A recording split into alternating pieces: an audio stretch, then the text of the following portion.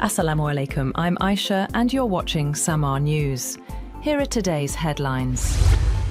Iran's Foreign Minister Abbas Araghchi is likely to arrive in Islamabad on Friday night. According to a Pakistani government source, Araghchi is expected to be accompanied by a small delegation as preparations continue for possible peace talks between Iran and the United States. The source further revealed that a US logistics and security team has already reached Islamabad ahead of the expected negotiations. Just before leaving, Araghchi said in a statement that he would be visiting Islamabad, Muscat, and Moscow to closely coordinate with Iran's partners on bilateral matters and to consult on regional developments. He underscored that Iran's neighbors are a priority in the current foreign policy circuit. Meanwhile, Iranian Foreign Ministry spokesperson Esmail Baghaei said that peace talks between the United States and Iran should focus on ending the war in a way that would secure Iran's interests and demands. In an interview, he said that nuclear weapons could no longer be their main subject of talks.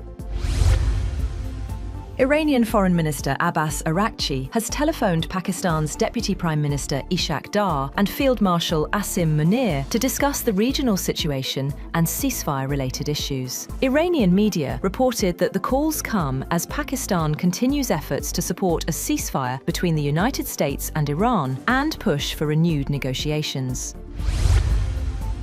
Moreover, the United States has deployed a third aircraft carrier to waters near Iran, sharply increasing the military force available to President Donald Trump as he presses Tehran to surrender its nuclear program, reopen the Strait of Hormuz, and agree to end a weeks-long regional war. The US military confirmed that the USS George H.W. Bush has arrived in the US Central Command Area of Responsibility. CENTCOM posted a photo on X showing the Nimitz-class supercarrier sailing in the Indian Ocean with its deck packed with warplanes.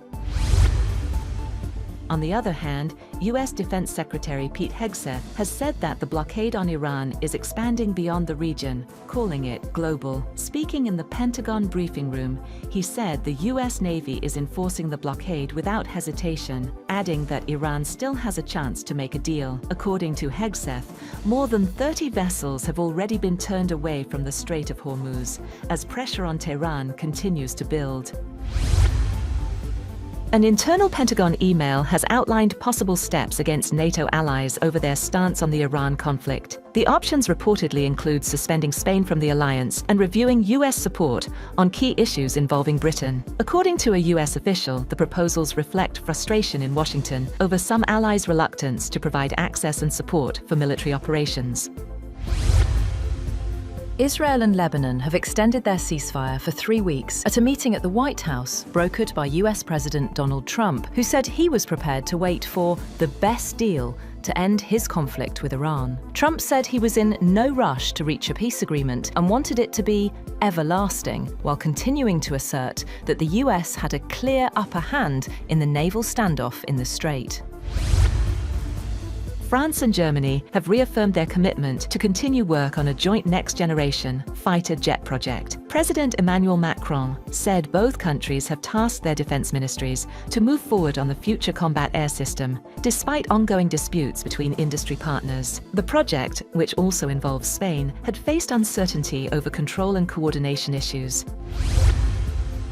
India has dismissed as uninformed comments shared by US President Donald Trump that described the country as a hellhole, saying they were inappropriate and inconsistent with the strong relationship between the two countries. The comments were made by conservative commentator Michael Savage in an episode of the Savage Nation talk radio show. Trump posted a transcript of the show on his Truth Social account on Thursday without any comments. That's all for now. For more updates, visit www.samaa.tv. Thank you for watching Samaa News.